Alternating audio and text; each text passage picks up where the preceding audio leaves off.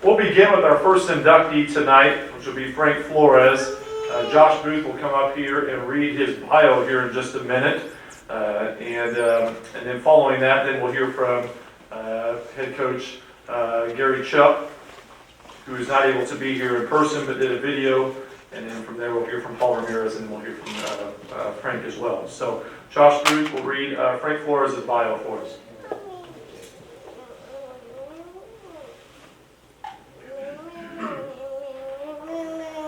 Frank Flores had to travel up I-35 a bit farther than Trisha Clark did on the path to Bethel College, coming from all the way from San Antonio, Texas.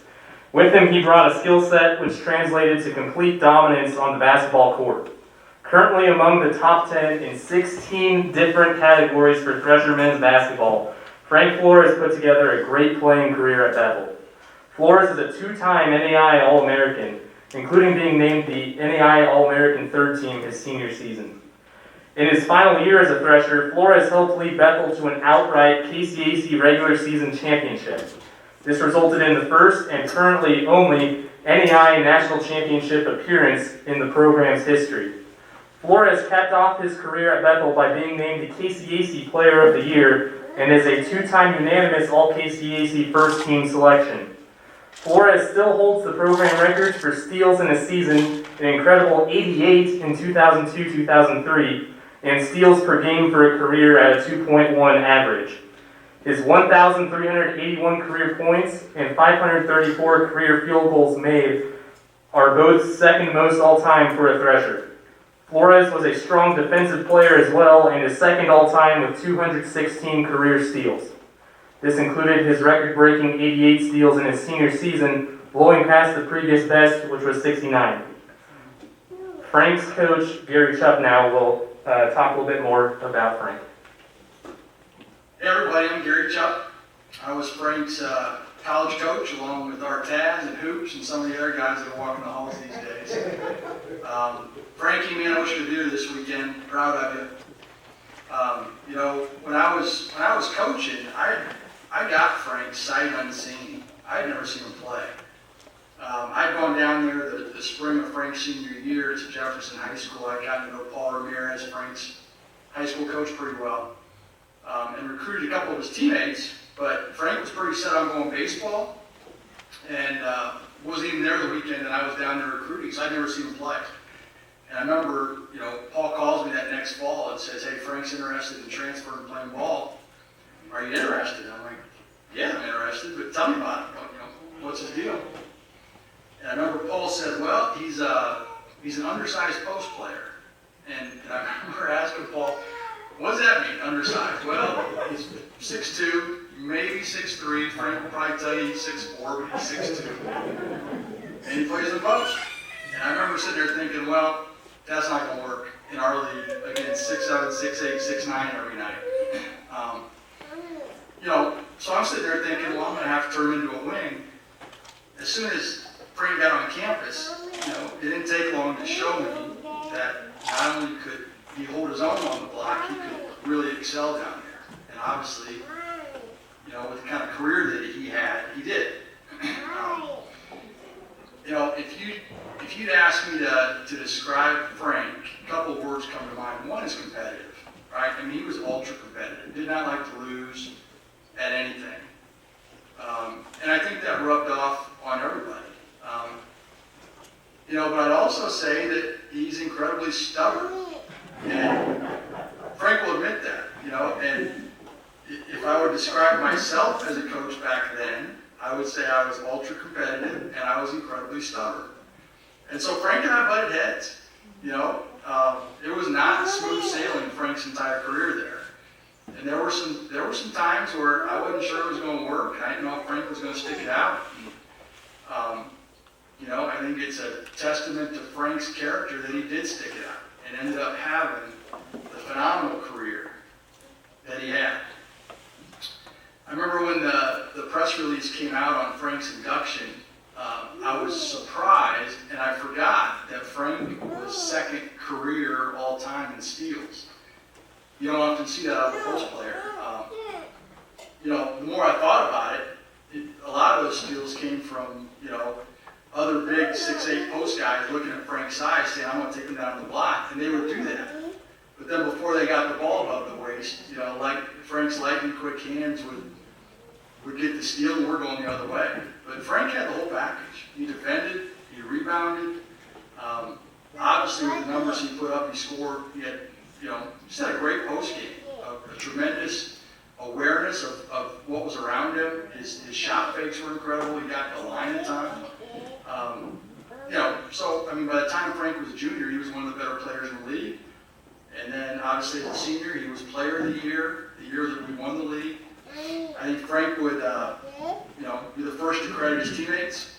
We had a fun group, with Chez at the point and Albright locking down defensively, and Esau and Howie doing their thing. And then we had the youngsters like Artaz and Hoops coming off the bench. That was a fun group to coach. And, Frank was a huge part of that. I still think one of my favorite memories ever as a coach was that last night of the regular season.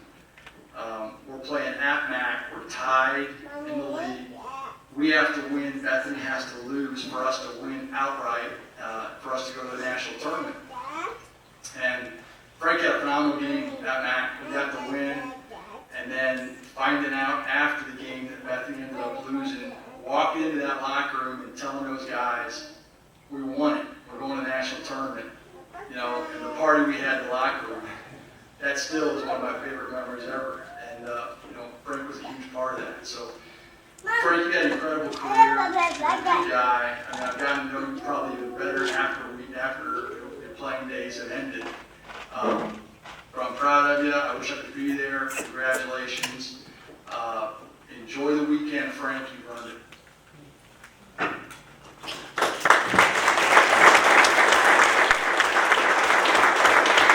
I appreciate Coach Shutt doing that. Well, we had, because Coach Shutt couldn't be here in person, and we didn't know if that was going to work video-wise, we also had another individual speak on behalf of Frank, and that would be his high school basketball coach, Paul Ramirez. Paul, you can kind of come up here. Paul's a guy I've gotten to know really, really well, and has some indirect ties to Bethel, and they sent a lot of players here, and even crazy enough, when I came back here to Bethel, he's opened his home to me numerous times to stay at his place as I go down there and recruit too. Just unbelievable person. So, Paul Ramirez. Thank you, John. I was a high school coach for many years, and as any coach, and we've got a lot of coaches in the room, ex-coaches in the room, it's always an honor to be in the presence of great athletes, and especially Hall of Fame athletes. So, Trisha, I want to say thank you for having me here. It's great to be in your honor. Just kidding, Frankie. All right, and as you were reading the stats on Frank, he said he had over 1,000 points, almost 1,100 points. That's a lot of layups, isn't it, Ray? That's a ton of layups he must have had. No, I was going to say, anything outside the lane? I don't know, maybe a couple. All right. So like Coach Hoop said, I'm Paul Ramirez. I was Frankie's high school coach back in San Antonio, and it was truly an honor to coach Frank. Just to take you kind of back when I first met Frank, believe it or not, I met Frank when he's probably about 4 years old, because I went to high school with his brother at Jefferson High School. So Frankie and his brother Gabriel running around this baseball field that we called NCAA, and I knew him from there. I mean, I knew him since he was just a little kid. And, as I went on, I went back to the high school that I graduated from, and I was able to coach there. And my first 3 years, I was the assistant coach under the head coach, Coach Canfield. And we had some really bad teams my last 2 years there, or my second and third year there. I think we won 4 games one year and 3 the next year. So it was tough. That was Frankie's freshman year when we won 3 games. I was promoted to the head coach as in my 4th year, and Frankie was a sophomore. And Frankie and this group of sophomores was the group that I said, this is the group that we're going to turn it around with. This is the time to turn this program around and get it back to this glory that it had many years ago, because it had been a very strong program in the early 70s. Frankie graduated from high school in '99, so it had been a long, long time since we had a district championship and gone to the state playoffs. Frank and, Mike Thompson and Ray sitting over here were also part of that team. They were freshmen at that time, but I just knew that we had something in the making at a very early age, and I was tough on them. I was very young, and I probably didn't know enough about basketball or a lot about basketball, but I knew that I was going to be really tough on these guys, and we were going to will it together and put it together ourselves. And Frankie was, I could see from a very early age, as he was on sophomore varsity as a sophomore, that he just had something that a lot of other players didn't have. And I'm going to get to some of those attributes in a bit. But it was truly an honor to coach Frank in high school. It's funny because his college career very much paralleled his high school career. We were on up and coming as sophomores and juniors, but struggled a little bit, didn't have it together. By the time we got to his senior year, we won our first district championship in over 25 years, made it to the playoffs, and had a nice run, had a great run, and it's very similar to the same run that you had in college. And you ask yourself, well, how does that happen? How do those parallels happen? Well, there's one common denominator there, right? And that's Frank Flores. It's that internal desire that he had, because he had some things that I'm going to get to here in a second that are just, they're intangibles. Like I couldn't explain it. I mean, you just had to see it. So when Frankie was a sophomore, he was long, but he had these hands, and I give that to you, Mr. Flores, because I shake Mr. Flores' hand, and his hand like engulfs my hand like I'm a 2-year-old child. And then I shake Frank's hand as a 14-year-old kid, and it's the same thing. I'm like, man, this guy's got some big hands. And that's something that Frankie just had. He just had some really big hands and great hands. After having a really good high school career, like Coach Chubb said, Gary and I guess I'll start off by telling you how I got to Bethel College. There was a guy by the name of Marcus Soto. Does anybody know Marcus Soto in the room? Okay. So Marcus Soto was a player from San Antonio. And if you know anything about high school basketball in San Antonio, well, actually, if you know anything about Texas, okay, let me just say there's 2 sports in Texas. There's football, and then there's spring football. And basketball is kind of an afterthought after all that. But when we were playing, when people come to recruit basketball players, they tend to go to Houston, they'll tend to go to Dallas, they might make it as far as Austin, but they very rarely make it past that. And to get down to San Antonio is just a little bit of a stretch. So back when papers used to come out, and they were actual papers, like they'd come on Sundays and we used to read them, not on a computer, there was a little section in the sports page called Letters from Home. And it would highlight an athlete that was from San Antonio that had gone off to college. And I remember reading on a Sunday morning, there was a guy by the name of Marcus Sultan. I said, hey, I used to coach against this kid. And he had a really good career at Bethel College. And that was my second year, I had some good players on my team. And I thought, you know what, he's about the same as Marcus was. I mean, Marcus had a great career there. And I thought he was okay in high school, but I didn't think he was a superstar. But he had a great career at Bethel, and that's a testament to Marcus as well. But so I called the college and just picked up the phone, found the number to the athletic office, the basketball office, and Gary Chubb answers the phone. It's his first year, and I'm like, hey, I'm Paul Ramirez, I'm down in San Antonio, I've got a couple athletes that I'd like for you to come see. He's like, okay, and he comes down. And I said, you can stay at my house. And he stayed at my house. I had an open gym for him.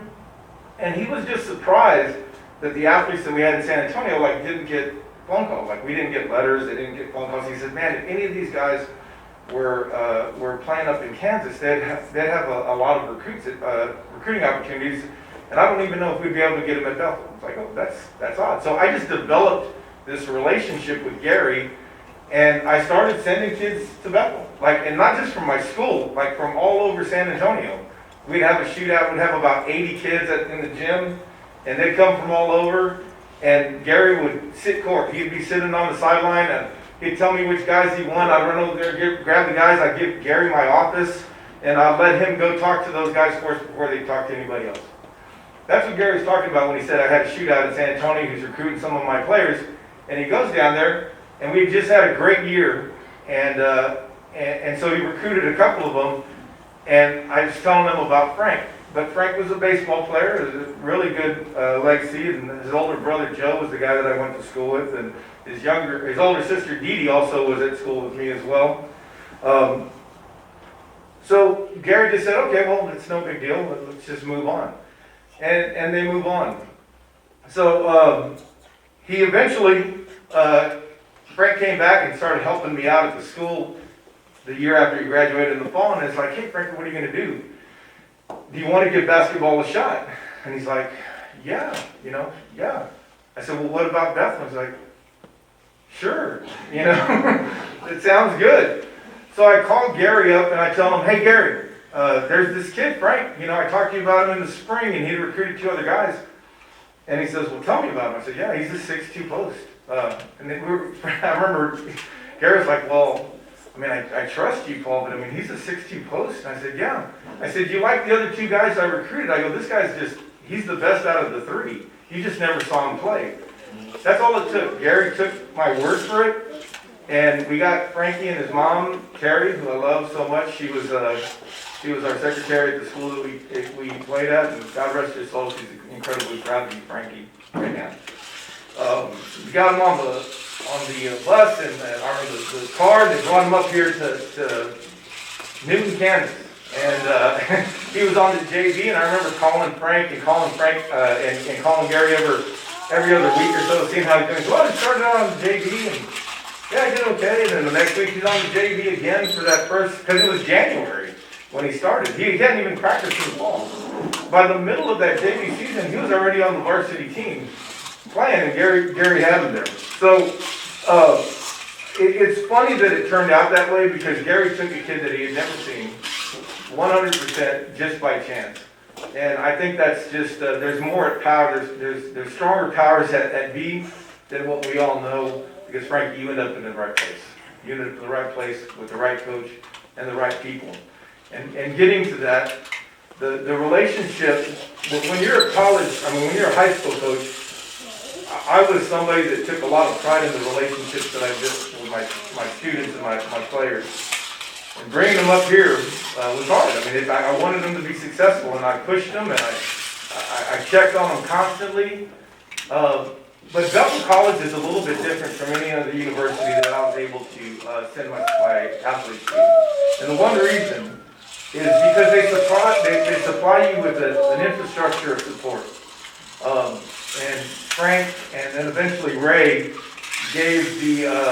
told me about a family that was their host family up here in Kansas, and that's the Flores. Please raise your hand.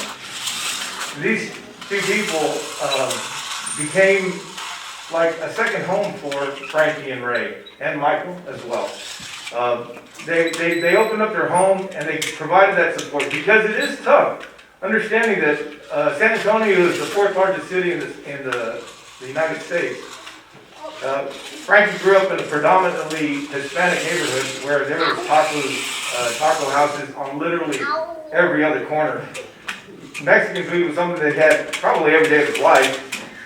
And then he came to Kansas, and I don't know if he found any authentic Mexican food up here, but still looking for it. So it's hard. It's hard when you make that transition. And so I thank the Palacios family for opening up their home and welcoming him and giving him that support that was needed, because it truly took, it meant something to everybody, including, I'm sure, Mrs. Flores as well. So, moving on to Frank, you might be asking yourselves, and I don't know if any of the current players are in the room, are asking yourselves, how can you see Frank at 6'2" or 6'3"? And you might be asking yourself, how can a 6'2" or 6'3" postman, who probably has never hit a shot outside of the paint, or had a dunk in a game, become an All-American? Well, I'll tell you exactly how. Number one, like Chuck said, he was a competitor. Like, just a competitor. There was no student or player that I've ever had, or ever had since, that had the competitive fire that Frank had inside of him. He was tough and competitive. Another great quality was, number one, his hands. We talked about his hands, but beyond that, it was his anticipation. He could anticipate plays constantly, one step ahead of the play. He knew when postman would see him, a 6'5" postman, 6'7" postman would get him down in the block. We were just talking about the kid that he played in high school. He played basketball his whole career. This is how much of an athlete he was. He played his high school basketball his whole career, went on to play college basketball at a Division I school, and then decided to play in the NFL and had an NFL contract. That's how good of an athlete he was. This is a kid that Frankie played against in high school. And he would take Frank down into the post and was just ready to abuse him, get him on the block, and out of nowhere the ball's going the other way because Frank popped it out of his hands and we're just moving. Those are the great anticipatory plays that Frankie made. He was also the first kid that I ever saw like live and consistently, after scoring a layup, turn around and steal the inbound pass.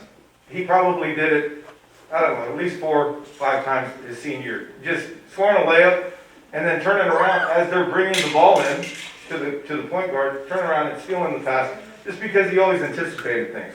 So that's the second thing that's going to get you there. And the last thing that I can say, and if I can speak specifically to any young athletes, and I can speak specifically to Frank's son, baby Frankie, is and his daughter as well, is the thing that separated Frank probably more than anything else was his calmness.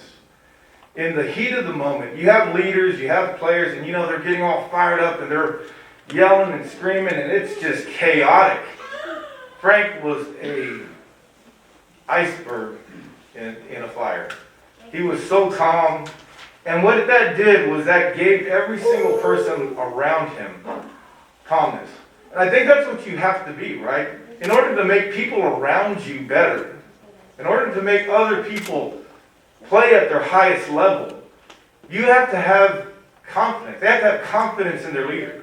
They have to see that you're not going to be shaken and that you're not going to be broken. Because there were guys that were taller than Frank. There were guys that were stronger than Frank. There were guys that jumped higher than Frank. There were guys that did a lot of things better than Frank. But you know what he had? He had that ability to stay calm, competitive in a storm, and make the people around him believe that it didn't matter when we walked through the door, that we were going to be on the winning side. That's who Frank Flores is. It shows in not only the player that he was, but today the man that he has become. I'm very, very proud of you, Frankie. Proud of the father that you are, the husband to Pat and the kids. Truly, truly honored to be here today.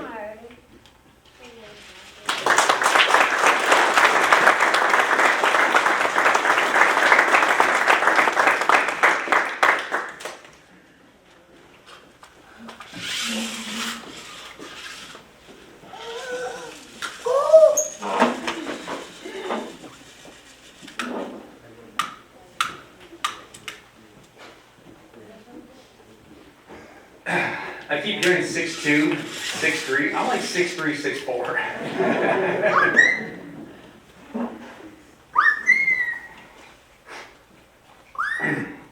Good evening and thank you for your attendance, especially. And I just want to congratulate Trish and Russ on their Hall of Fame induction as well. I want to thank my family that's here, my wife, my dad came in from San Antonio, my son, daughter, and then also the extension of my family would be my host family, Gary and Debbie Palacios. Thank you.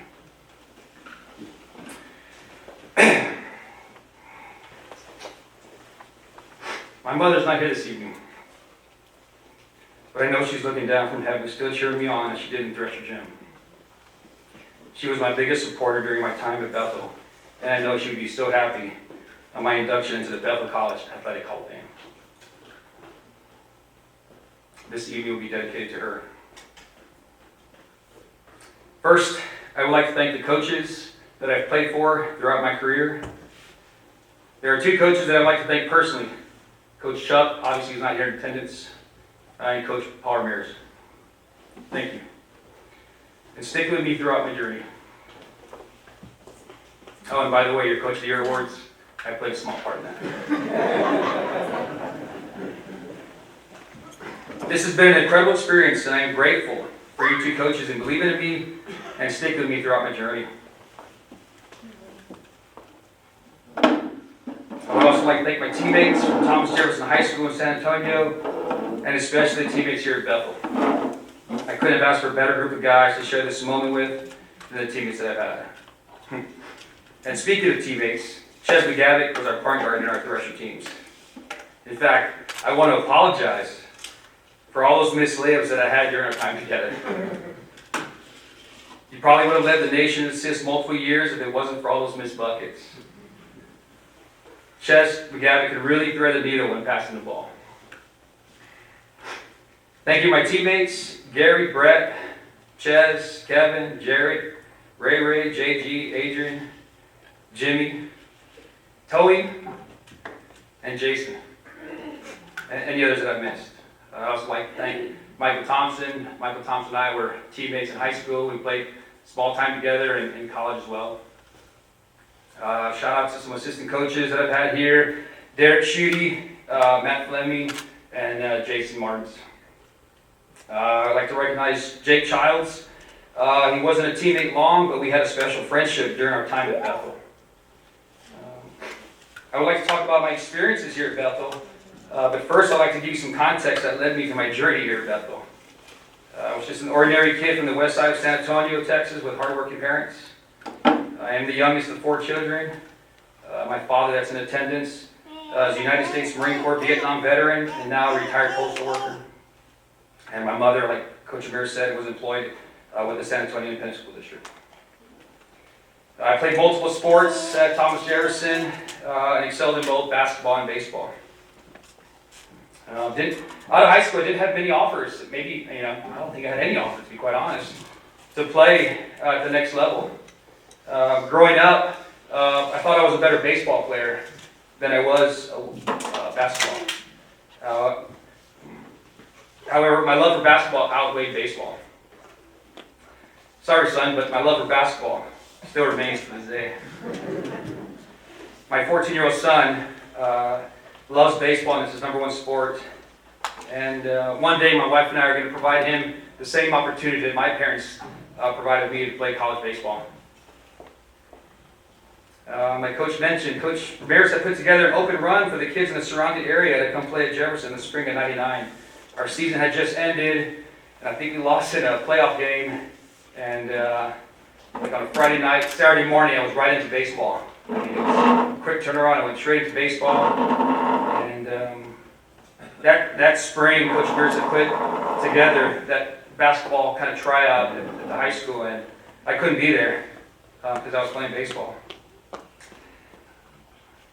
The strange thing is that I really wanted to be in that basketball court because I loved basketball. I would have done anything I could to be there, but I was playing baseball and I thought I was going to play college baseball, out of high school. After high school, I was attending a small community college, still playing basketball and trying to stay in shape. One day I called Coach Ramirez and I asked him what I needed to do to play at the next level. And he made some phone calls, reached out to Coach Chuck, and just like Coach Ramirez mentioned, Coach Chuck said, "I'll take him." And I'm kind of grateful he didn't see any film of me till this day, because I probably wouldn't be here speaking to you.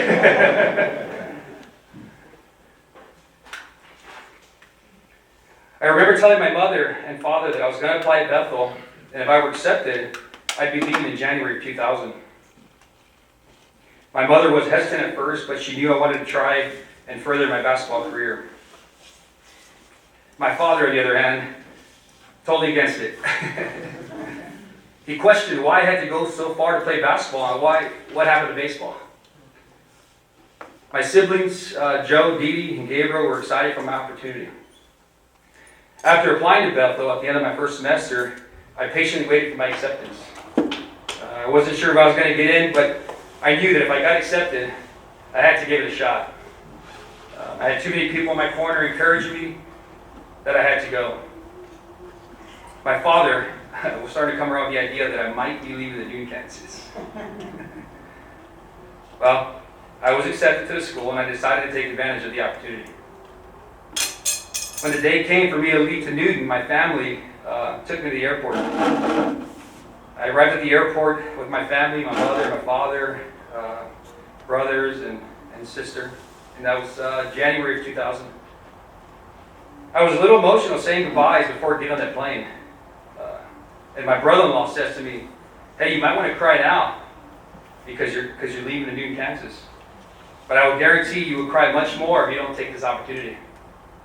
So I boarded that airplane with mixed feelings and emotions running high. I arrived in Wichita, Kansas, not knowing who was going to pick me up. I remember Coach Chuck and I had a conversation. He told me that he himself or one of his assistants would come pick me up. And try to visualize, young Hispanic boy traveling alone to Newton, Kansas, not knowing anyone on the team, or didn't even know what the coach looked like. I didn't even know where Newton, Kansas was on a map, let alone a thresher. Coach Chuck picked me up at the airport and he drove me to campus, which felt like a 5-hour ride. And many of you here know that from Wichita to Newton is about a 30-minute commute. Not to mention, I probably said no more than 5 words to him. We arrived on campus. This is my little one here. We arrived on campus, and Coach Chuck dropped me off at the dorms. And the first person I was introduced was to Chet McGavick. And we instantly had a connection. We were both from Texas. I dropped my bags off at the dorms, and we crossed the field and walked over to the Trisha gym to shoot some hoop. We talked about everything you can imagine. We stayed in that gym for a couple hours, and I can remember Chet and I hanging often in my room my freshman year because I had cable TV in my room. Don't ask how I had cable because I was the only one in the hall who had it.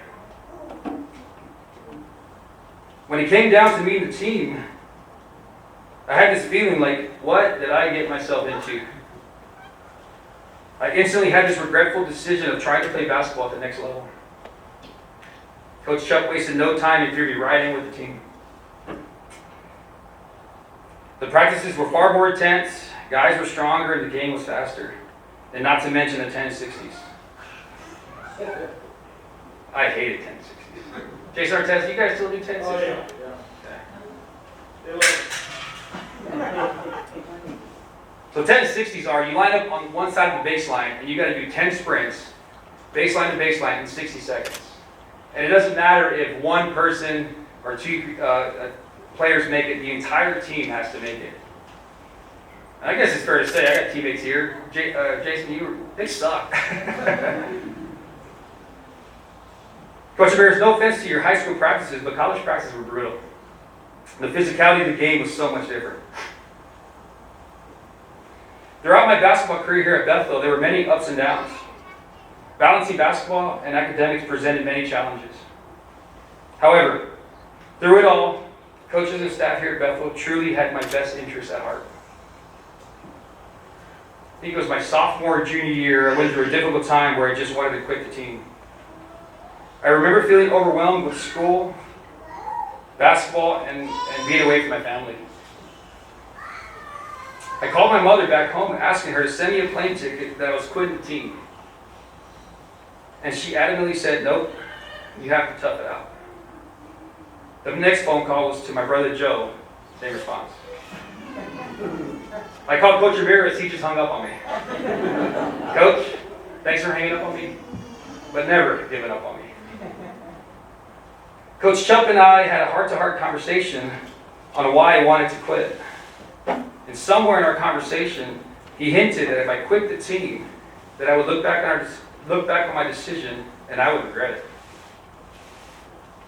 He excused me from practice, told me to go back to my room and think about it. I know Coach Chuck's not here, but I want to thank him for caring for me as a person, not just as a player. I made the decision to stick it out and listen to those that cared about me. I was not alone, that I had my teammates and coaches behind me. The summer before my senior year, I had made the decision to stay here in Newton. I had a conversation with my family that I wanted to stay here and train for the upcoming season. And I was also finishing up my internship at the Newton Rec Center. I dedicated my summer to basketball and weight training.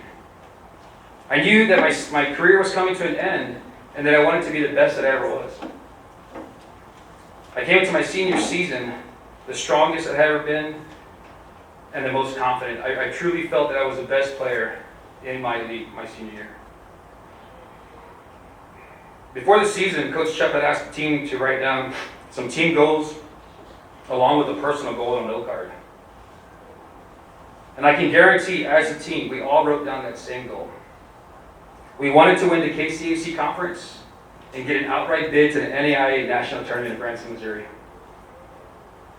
This Hall of Fame induction is not only for my accomplishments as a two-time All-American or KCAC Player of the Year or the records I currently hold, but it's for our coaches and teammates on writing down that one goal, coming together as a team, and accomplishing what we had set out to do. As I look back on my experience as a Thresher athlete, I was taught perseverance, teamwork, and most importantly, how to deal with adversity. My experience as a Thresher athlete molded me into the person I am today, and for that, I'm indebted to Bethel College. My wife recently retired from the United States Air Force after proudly serving 22 years. During her career, we've had to relocate as a family. We've lived in San Antonio, Hawaii, and our current home is Colorado Springs, Colorado. I have worked in education, specifically with special education students, throughout my career. And I attribute my success as an educator to my experiences as a Thresher athlete. I want to thank God for blessing me with this opportunity to play basketball and graduate from Bethel. Thank you to my parents, my family, for their sacrifices they made during my time at Bethel. Thank you to Coach Chuck and his staff, along with Bethel College, on taking a chance on a kid from the west side of San Antonio. I will forever hold on to this Hall of Fame induction and continue to be a proud Thresher. This has been an incredible experience. Thank you for being here with me and my family. Have a great night. Stay safe, stay strong, and keep the faith. Roll on, Threshers.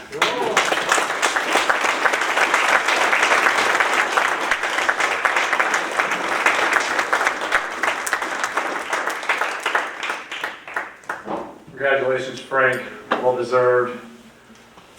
One of my favorite parts of my job is always calling people to acknowledge them as Hall of Fame members. And I remember, I think you were working out when I called you, if I'm not mistaken, you were at the gym or whatever.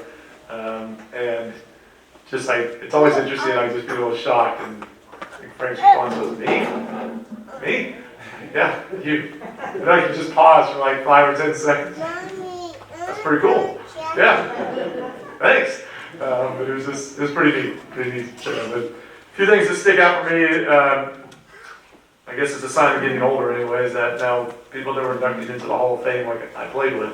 So, but a couple things about Frank that stick out in my mind is one, we talked about his incredible hands, but I don't know if you were a great defender, but you had unbelievable intentions, and I've never seen a ball go higher into the air after you pound it out of somebody's hand and literally just, wow, it just skyrocketed into the ceiling because you would hit that thing so hard. You probably fouled them at least 50% of the times, but you would hit the ball so hard that they never needed you to have a hammer in their arm.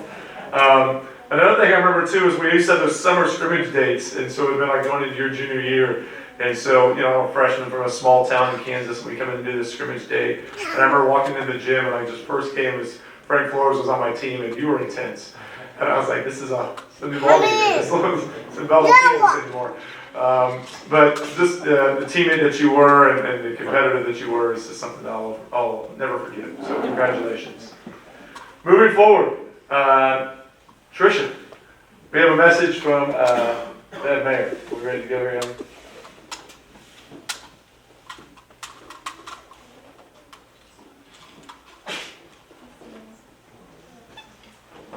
Good evening, Newton, Kansas, and Bethel College. Hello from Phoenix, Arizona. I wish that I could be there tonight in person to introduce to you the most deserving inductee into the Bethel College Hall of Fame, Trisha Terada.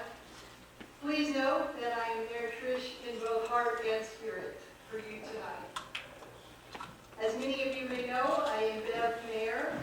I was the head volleyball coach for Trisha during her 4 years at Bethel College. It is a great honor and privilege to get to introduce all of her wonderful accomplishments tonight. I remember recruiting Trisha Clark from Bishop Carroll High School in Wichita, Kansas. Bishop Carroll is one of those schools who always had successful volleyball teams and always escaped. So when I got the opportunity to actually recruit Trisha and have her consider Bethel College as an option, it was quite an accomplishment for us. We would later also be able to lure her friend Sarah Harton into our program from Bishop Carroll as well. So that was quite exciting to have two Bishop Carroll grads on our roster.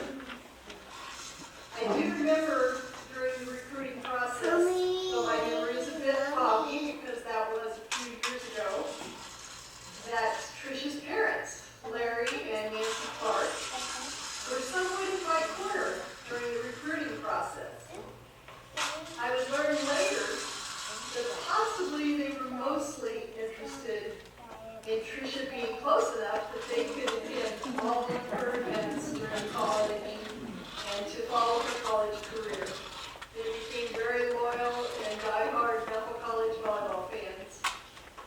I know that was very special to you, Trisha, and it was an honor for me to also get to know your parents, Larry and Nancy. Trisha received almost every award possible in her 4 years at Bethel College on the volleyball court. She would become, for me, a 4-year starter in the setter position. She was a member of 2 conference championship teams, also a member of 3 conference tournament championship teams, and part of a record-breaking 40 consecutive conference match winning streak that at the time was the 5th longest in the history of the NAIA. We were quite pleased and happy with that kind of a conference record, and Trish obviously was an important part of that success. Nationals and regionals were a little different in those days as they have changed throughout the years, but in order to actually qualify for nationals, you needed to go through a regional tournament as well. We were fortunate enough to be in the regional tournament 3 of her 4 years. However, we had to win that tournament in order to qualify for nationals, and our region was comprised of 8 different states and some very competitive teams. So we didn't quite make it to the national level, but we were very pleased with our success through to the regional level. I also remember many of Trisha's individual honors and accolades, and again, she received many of them. But that wasn't really what drove her to be successful. She was one of these players who actually got just as excited when one of her teammates would have a phenomenal play. And so that excitement became contagious to her teammates, and it was something that just flowed from her naturally as she watched her own teammates be just as successful as she was on the court. Though not extremely outspoken, the few times that Trish did have something to say, everyone pretty much paid attention, and we loved to have that input from her. I do have one specific memory of Trisha on the volleyball court during her playing years.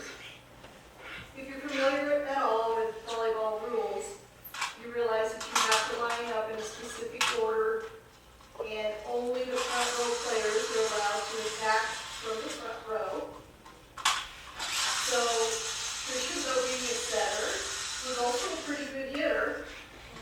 And so one of my favorite things to do as a coach was to line Trisha up in the front row right in the starting lineup of a game. But we were trying to be deceptive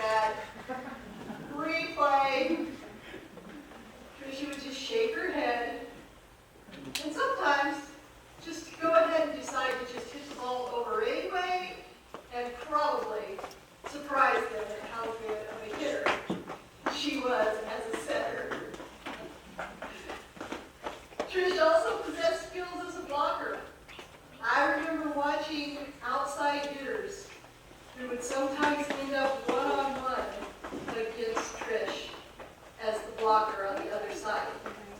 And their eyes would get big as they anticipated that the setter could not block them. And then, oh, Trish would just put it back on the other side.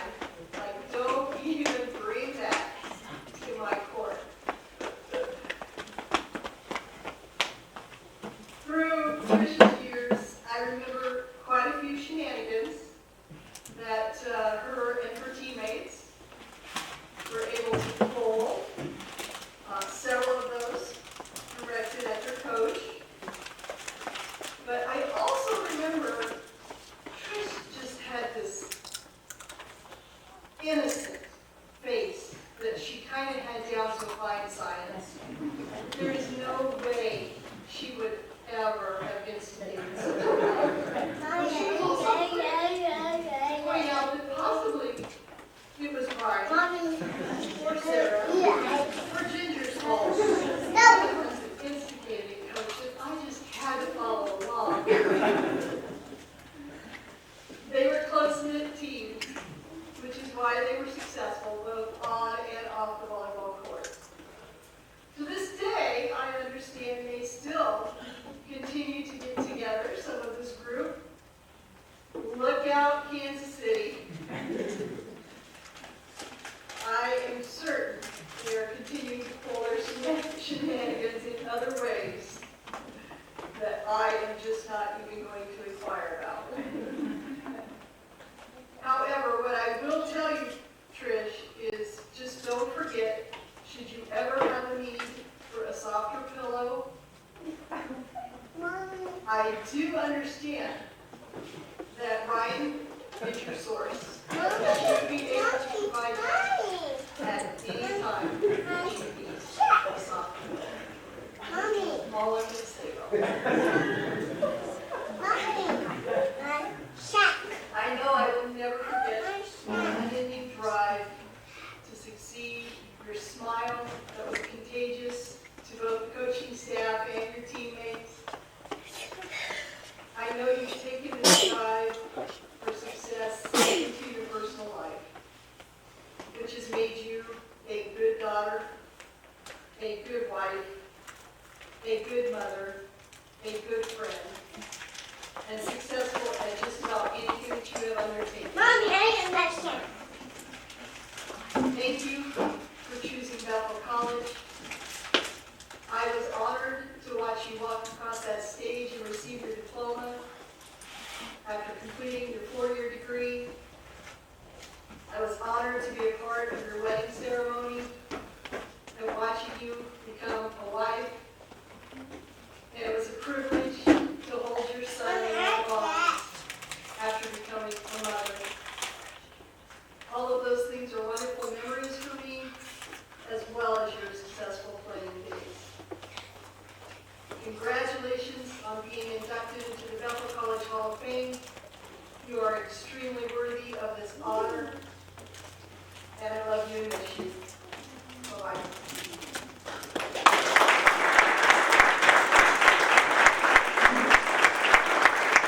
Thank you, Beth, if you're watching. That's a very heartfelt message. We appreciate that. I did not follow my script very well earlier, so I'll have Josh Booth come up here and read the bio of Trisha, followed by a quick highlight video of hers, and then once we finish that, we will then have Trisha come speak to us. Josh Booth.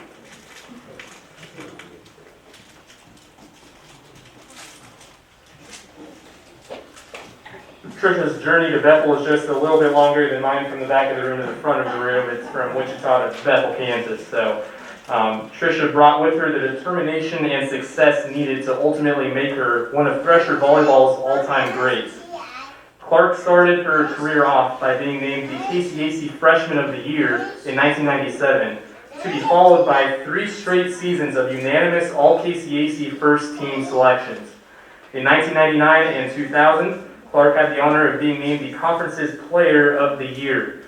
Her awards also include being the KCAC Setter of the Week on 8 different occasions, an NAI All-Region selection in 1999 and 2000, and being the George Rogers Outstanding Female Athlete of the Year in 2000-2001. Clark was part of 3 different KCAC tournament championships in 1998, 1999, and 2000, which qualified Bethel for the NEI regional tournament in each of those seasons. They also were successful in being the KCAC regular season championship in 1999 and 2000.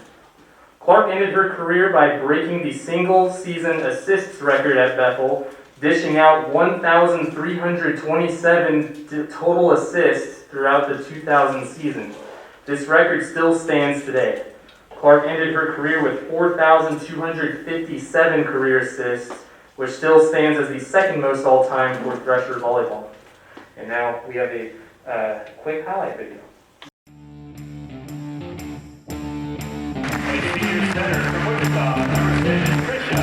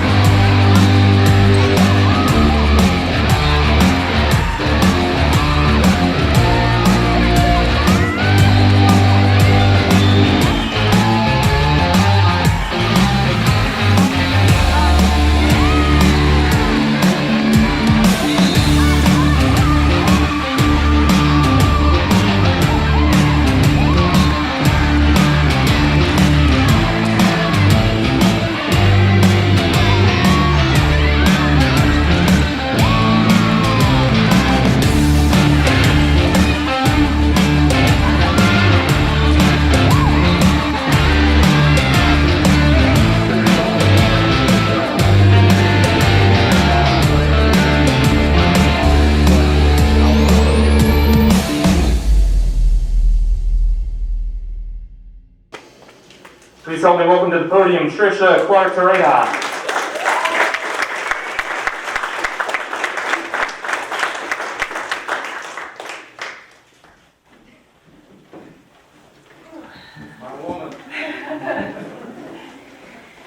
Thank you. Thanks. Thank you so much, Bev. I know you're watching online. Really wish you could be here to give me that hug, but I know it'll be soon. Thank you to Tony, wherever he went, Tony, and everybody else, Josh, to put all this on. Congrats to Frank. Very well deserved. Wow. Being up here, speaking in front of everyone is definitely more nerve-wracking than our championship game my senior year against Bethany. I do have to add that we did win that game, but it definitely was a close one. I am so thankful and honored to have this opportunity to be standing here today. Everyone has a passion, or at least they should. Some people have a passion for playing music, cooking a 5-star meal, sewing a blanket, or even public speaking. That's definitely not mine. I would have to say my passion has always been volleyball. I started playing volleyball when I was in the 5th grade. From the time I had my first practice to my first game, I knew this sport would mean so much to me. I learned right away that volleyball is fun, but it's also competitive. I was committed to learn the game and what it was like to fight. I learned quickly what it meant to be a part of a team and the hard work you put into a sport. I spent countless hours at my house with my volleyball. I was either sleeping with it, playing with it, hitting against the side of our house, or making my parents toss me the ball so I could practice my setting every night. I was lucky enough to have a wonderful high school experience. We even won the Class 5A state championship our senior year. But then came time to choose what college I wanted to attend. I knew 100% I wanted to play volleyball in college. My mom always loved it when I would tell her I wanted to go to college for volleyball and not the education. Right, Mom? This is when Bev came into my life. She would come and watch my games in high school. She had a very good reputation, so I knew she was a wonderful coach. She would call me and write me letters. Yes, we wrote letters back then. I really grew fond of her as a person and a friend. One night, I called her up and I told her I decided I was going to go to Kansas Newman, which is now Newman University. A couple days later, I received a letter that would change my entire life. This letter was from Beth. I wonder if she still remembers this. I have it still to this day. I've read it just recently. The letter was genuine and explained clearly how she felt. She also broke down every single excuse I had for not attending Bethel. After that night, I knew she was who I wanted to play for. Bev really cared for me and my future. I wasn't just another recruit on her list. So Bev is the #1 reason why I chose Bethel. Of course, after visiting Bethel, I knew it was home. From the beautiful campus to the accommodating and friendly staff and faculty to the welcoming upperclassmen, I knew Bethel was where I wanted to be. I learned so much from my time at Bethel College. I truly feel that so much of who I am today was shaped by the lessons I learned as a student athlete at Bethel. Though the academics have value, it's the soft skills and the faith-based community that ultimately carried the most weight for me. In our learning and living environment, your studies are just a part of the greater transformation of becoming the individual God intended you to be. It's still about getting a college degree and a great education, but it's also about learning how to serve others while pursuing your own life's work. Bethel did just that. After college, I started teaching at St. Peter's Catholic School in Wichita. I was presented with the opportunity to give back what I learned from all the wonderful coaches in my life. I became the 6th grade volleyball coach and was able to pour into the girls all the values I learned throughout my years as a competitive player. I had the privilege to coach them for 3 straight years. We built a wonderful bond, and I still keep in touch with many of them today. Bethel instilled a sense of giving back to others what they gave to me. Another value I learned at Bethel that I carried into my everyday life is forming a positive community around myself. Being on a team means that you must work with all different types of people toward a common goal. Those same collaboration and leadership skills are priceless in today's world. Bethel College and volleyball has also given me lifelong friendships and a network of people who can relate to my undergraduate experience. Our senior class has always had a special bond. We had 6 seniors, and out of the 6, 5 of us lived together in Ahmad our junior and senior year. We were always together on and off the court. I really feel, and this is exactly what Bev said, that this is the reason why we were such a good volleyball team. We knew each other and were great at communicating with each other. We trusted each other, and we were, and we still are, very good friends. I thank God every day for the community that Bethel gave me and the friendships that I still have today. Moving on. When you go to Bethel, you are expected to perform at your highest ability. I learned that no matter what your circumstances are, you must always try your best and never give up. Always have high expectations for yourself. I had a huge setback after my junior year.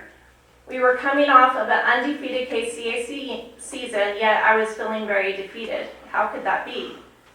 My knee had been hurting a bit and clicking, but I would just play through it with the help of Russ, of course. I went to the doctor and was dealt with a blow. I needed surgery. I ended up getting an operation in May at the end of my junior year and found out my kneecap was cracked, so they fused it back together. I knew if I wanted to get back to where I was and even better, I had to really work at it. Right when I was released to exercise, I started putting in work. I was on the bike so many times throughout the day so I could strengthen my leg again. I didn't want to let my coaches or my teammates down. They were depending on me to be one of our leaders our senior year. We had a title to defend. I learned if you have high expectations of yourself, you will succeed. It can be our attitude to this that is the greatest barrier to reaching our potential. Thank you, Bethel, for instilling the value in me because we did win the KCAC conference our senior year. This Hall of Fame honor would not have even happened if it wasn't for the numerous people that helped me for the past 31 years. A long time. It's crazy to even think that I've been playing for that long, so you can only imagine the amount of people I have met throughout the years. I have had many wonderful coaches from grade school, club ball, high school, but coaches Bev and Chad were the best dynamic duo. They worked so well together and knew what each other was thinking without even saying it. Like I said before, Coach Bev always pushed me so hard every day on and off the court. I remember being called into her office and talked to about my grades. They weren't bad, but she knew I wasn't living up to my full potential. I respected her opinion so much, so I knew it was time to step up. Coach Chad was a happy light to our team. We could always count on him to give us a good joke or a good Carlton dance. I'll try not to cry through this part. My parents. My parents were always my #1 fans. It was very rarely that they would miss one of my games. They were able to make it to all of my games my senior year, home and away. I want to take the time right now to thank you both for the long hours you spent sitting on those uncomfortable bleachers watching us play, waking yourselves and me up early to drive me to all-day tournaments, the hugs before and after each game, whether we won or we lost, all the money you spent on tournament or league fees or new shoes or knee pads that I just had to have, showing our entire team's support, not just me. Realizing the importance of sports and the life lessons that they teach. Being encouraging, even if I wanted to give up. Always being on the sideline to cheer my name. Doing my not so glamorous laundry. Supporting my passion, volleyball, that resulted in lifelong friendships. Enjoying watching me play and being proud of me no matter what. I felt all that and way, way more. I love you both. Now to thank my teammates. We were the 6 that started and ended together. Sarah, Ryan, Ginger, and Shalise and Stephanie. There is absolutely no way I would be here without you. How would I have all those assists if it wasn't for all my wonderful hitters? Sarah and I started this journey back in 5th grade. She has been my very best friend since 3rd grade when she helped me unpack my backpack. Duh. There is no one who knows me better. Ryan and I met our senior year of high school. We played on the same club team together before we even started Bethel College. We still play together today on our Old Women's League every Monday night. And of course, we still win. I can't name every one of the people I've played with, but please know that you are a huge part of this award, and I would not be standing here if it wasn't for you. And lastly, to my husband Cos, and my boys, Hasten and Jaden, they are always so supportive of me when I go off and play volleyball on Monday nights.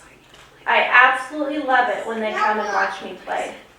It is the best sound in the world to hear my boys yell, "Go Mommies!" Can I get it? Can you say it? Go? Put you on the spot. As for how supportive my husband is of my passion, let me tell you how our second date went.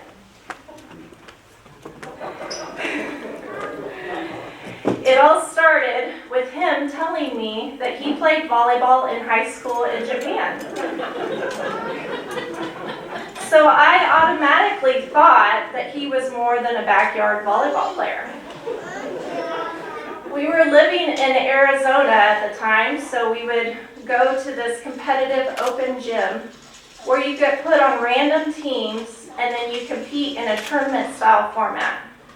So we were real close to ASU, so these big tall men and big tall women, very competitive. I was put on Cos's team randomly. Losing is not something I take lightly. He found out that night. Unfortunately, we lost every single game. During one of those games, he decided to, after the second ball. As many of you know, the setter always gets the second ball. Coach Bev, I only did what you have taught me years and years, and I pushed him out of the way in order to set my ball. We didn't talk much on the drive home, but he stuck with me, and I would like to say he's more than a backyard volleyball player now. Today I get to stay home with my boys while teaching continuing education through Baker University. Before I had Kason, my oldest, I taught a wide range of grades, 4th, middle school, and high school, for a total of 8 years. My passion off the court is helping others live up to their God-given potential. I'm going to conclude this speech with a few memories from our 4 years of Bethel volleyball. Back-to-back KCAC champs my junior and senior year. Making glitter posters before our KCAC championship against Bethany our senior year. Undefeated our junior year. If we missed a serve in our game, we had to run for them the next day in practice. Team dinners at parents' and friends' homes after the games. Parents always in the stands cheering us on. Our song list while warming up was seriously the best. I wish I still had that mix. Our locker room always smelling of cotton candy spray. The unair-conditioned gym in August. Playing sand volleyball on spring break and dominating, but not telling anybody we were college players. My mom and dad always making Rice Krispie treats with Twizzlers every week. The dreaded mile run before the start of the season. 2-a-days, running summer camps, and best of all, living with my best friends. I am so humbled and grateful. Thank you to everyone that could make it here and everybody online. In closing, I have one more thing to say. Before every game, we would say a poem together. For old time's sake, I thought it would be fun to say it together with all of you who know or remember it. But I need Sarah, Ginger, and Ryan to come up here and help me. Come here.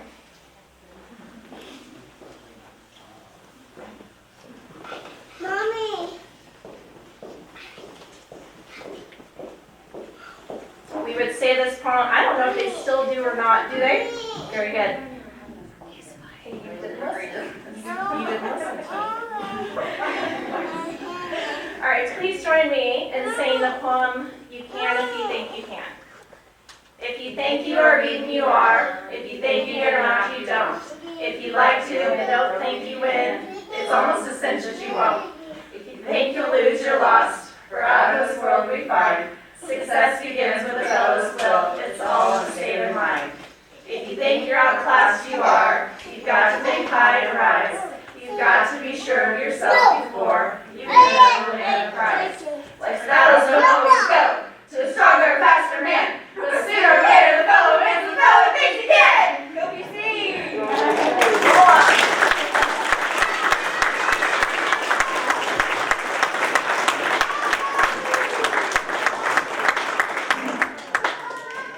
Well done and congratulations, Trisha. I think maybe indirectly I should thank you for forming a relationship with my wife prior to Kelly coming to Bethel. I'm not sure she would have came to Bethel had she not formed that relationship with you beforehand. So thank you for that. It's a fair statement there. So very good. I really appreciate that. My one memory, I think I came to Bethel the year after you had graduated, maybe a year or two afterwards. But I remember everybody just knew that Bethel volleyball was good. I just, we used the word around campus, and we were going to the first match or whatever, and everyone's like, I don't know how we're gonna place Trisha. I don't know how we're gonna replace Trisha. Like, I don't know if that's possible. So it's just, the aura was still there, even though I never even knew you until later on. So congratulations. Trisha and Frank, you both have joined me. We have some special alumni caps is what they are. So if you would join, Trisha's and yours is on the left, so go ahead and stand over there. And Frank, yours is on the right. I'll have you both go over there. As they're walking over there, these alumni caps are made out of an organization out of Fort Collins, Colorado, initially founded by former NFL player Amon Green, who played with Packers for a while. Anyway, these are ideas that they created for larger universities in which we can do that highlight all of the accomplishments. So the bio that Josh would have read should have all of your statistical data then on that as well. So, ladies and gentlemen, please join me in welcoming the 20th class of distinguished athletes of the Bethel College Athletic Hall of Fame. Please go ahead and pull the curtain back. It's taped on back, you just hold it over there.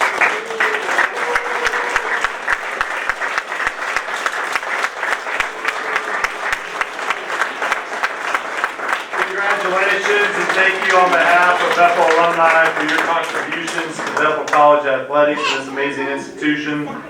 Influential individuals such as you are what make Bethel College a memorable place for all of our alumni, so we thank you for your commitment and your hard work. I know it's awkward, but stay there for just a minute for me because we're going to take your picture. And Josh needs to fit up the live stream, so we'll do it that way there then too. But immediately following the ceremony, I'd like to have all the inductees just stay over there. We'll take your picture. Everybody else, if you want to exit through the door that's right behind Frank, not yet. I know it's like 5-year-olds. I know everybody else goes there, but you'll exit the door right there by Frank there. We have dessert on the bar out there. You can grab that and then go hang out outside for as long as you would like. But grab that dessert on your way out. And you can socialize, feel free to socialize over there, take pictures, do whatever you would like on the amazing outdoor space on the other side of the venue here. But just a few closing remarks here. The Hall of Fame ceremony is perhaps my favorite event of the year. This year is even more special knowing that two individuals who I knew fairly quite well were inducted. Athletes and more importantly, people like Trisha and Frank is what make Bethel College Athletics such an amazing place to work and be a part of.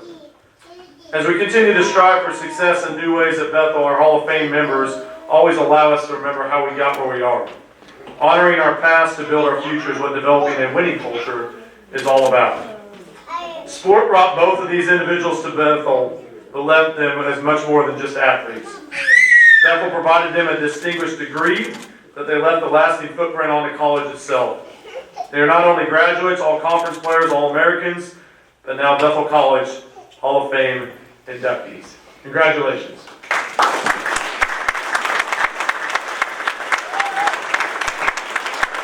Thank you for tonight. I really do appreciate everybody coming amidst the weird pandemic that we are in this world. Look forward to seeing hopefully some of you tomorrow night at the football game, enjoying the beautiful evening that we have tonight by exiting over there and going to get some dessert. And feel free to socialize and talk to people as long as you would like to. Thanks again, everybody. Take care.